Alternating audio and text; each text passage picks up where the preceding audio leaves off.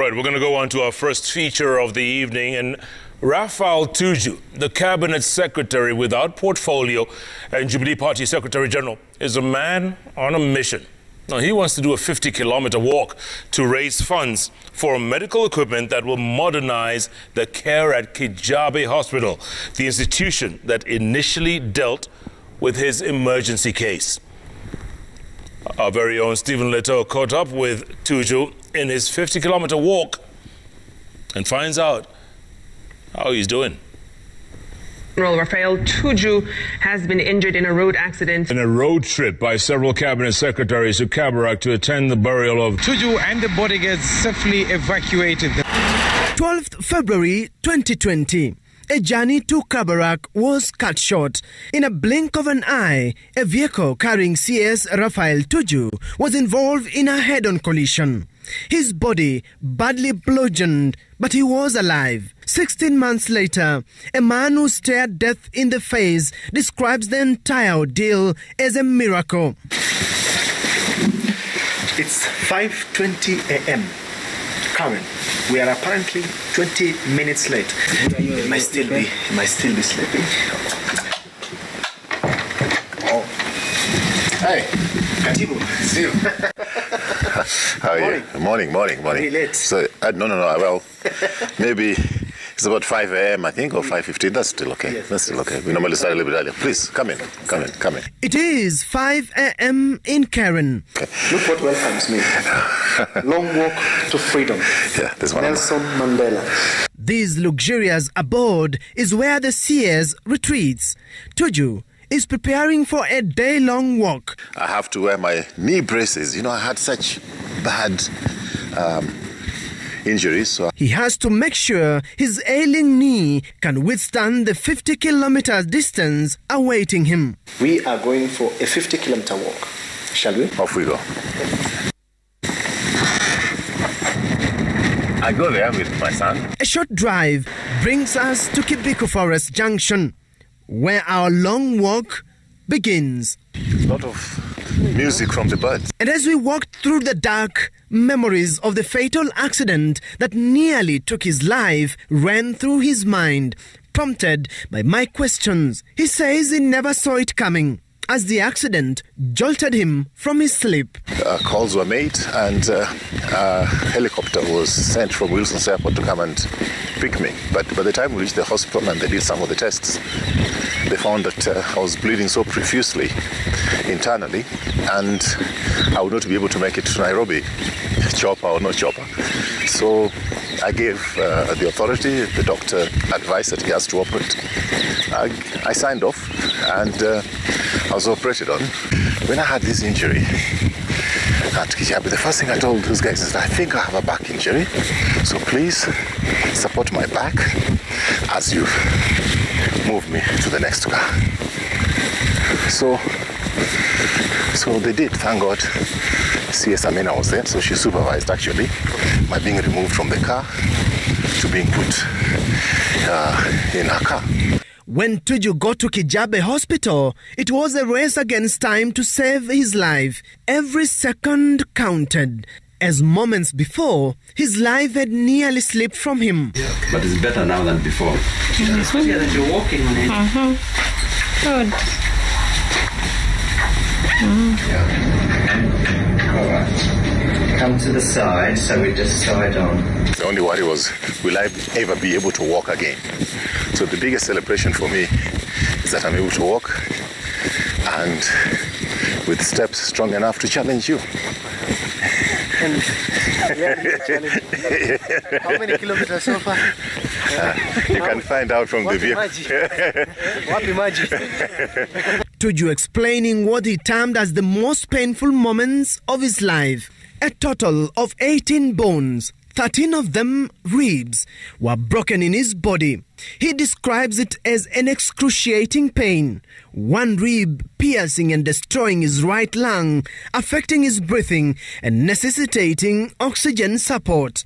And one of them is what pierced my right lung. And they're very painful, yet they can do nothing about them. So with one lung collapsing I was told, I didn't know, but there was this wonderful nurse at Kijabe Hospital who boarded the aircraft with me, and she was helping me breathe by pumping oxygen with a hand pump all the way to Nairobi. Yes. Well, that's not bad. We have about 46.5 to go. 2 of his ribs have since fused completely, but one that had multiple fractures is slowly healing. The worst was the intestine, because that was damage caused by the belt. Because when the accident happened, I was sleeping. So I was just like a piece of egg in the middle of a box with a seat belt. Still, I must say the seat belt saved my life. But I think, so the intestine was a bad one. At Kijabe Hospital, he was bleeding profusely. He was told by doctors that he would not make it to Nairobi, either by road or air, and any such attempts would end his life. First of all, the prognosis after my accident was not good, and there was just a 50% or less than 50% chance that I would be able to walk again, because the damage was it was on the vertebra. He was later airlifted to Karen Hospital after he stabilized. Don't sit. With 10 kilometers down, it is time for breakfast. No, you have to stand up. Come on, you have to stand up. To make your life difficult. Yeah? Well done. Give you a sandwich, have cheese and... A piece of mandazi and fruit juice to boost our sugar levels is the boost we need for the remaining 40 kilometers. Okay, let's go. Tuju recalled that it was not the first time he had survived in an accident. In 2003, a 24-seater Gulfstream aircraft crashed into a house after snagging a power line on takeoff from Busia. One Minister Mohammed Khalif died. Tuju was on board alongside former cabinet ministers Jabi Kilimo and Martha Karua. Now, when the plane was coming down to crash, it hit the power lines. Now that power line kind of slowed it down as it crashed onto the roof of a house, which means that if it didn't hit that power line, its crash would have been more devastating.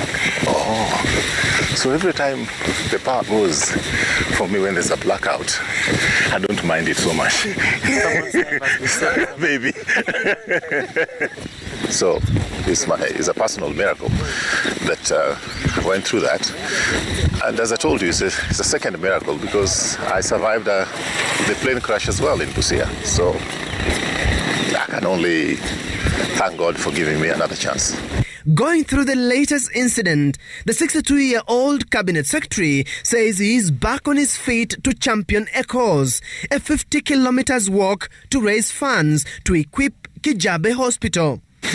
I do about 10 kilometers, 10 to 20 kilometers, 3 times a week. Which means that, like, let's say now today, I'll skip tomorrow because of this long distance. From his interaction with doctors at Kijabe Hospital, he narrates that majority of accident victims along the Nakuru highway are rushed for treatment. The hour from 5 a.m. to 6 a.m. being notorious for accidents, according to the hospital's statistics. For now, Tuju is practicing, putting one foot in front of the other. All crucial steps towards a planned 50-kilometer walk in June, where he will be joined by major corporates, friends, cabinet colleagues and well-wishers to raise the funds. He draws his inspiration from Nelson Mandela's autobiography titled The Long Walk to Freedom.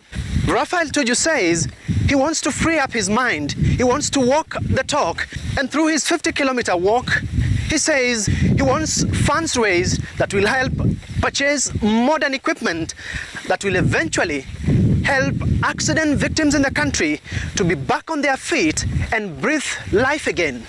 Stephen Leto, Citizen TV, Suswa, Narok County.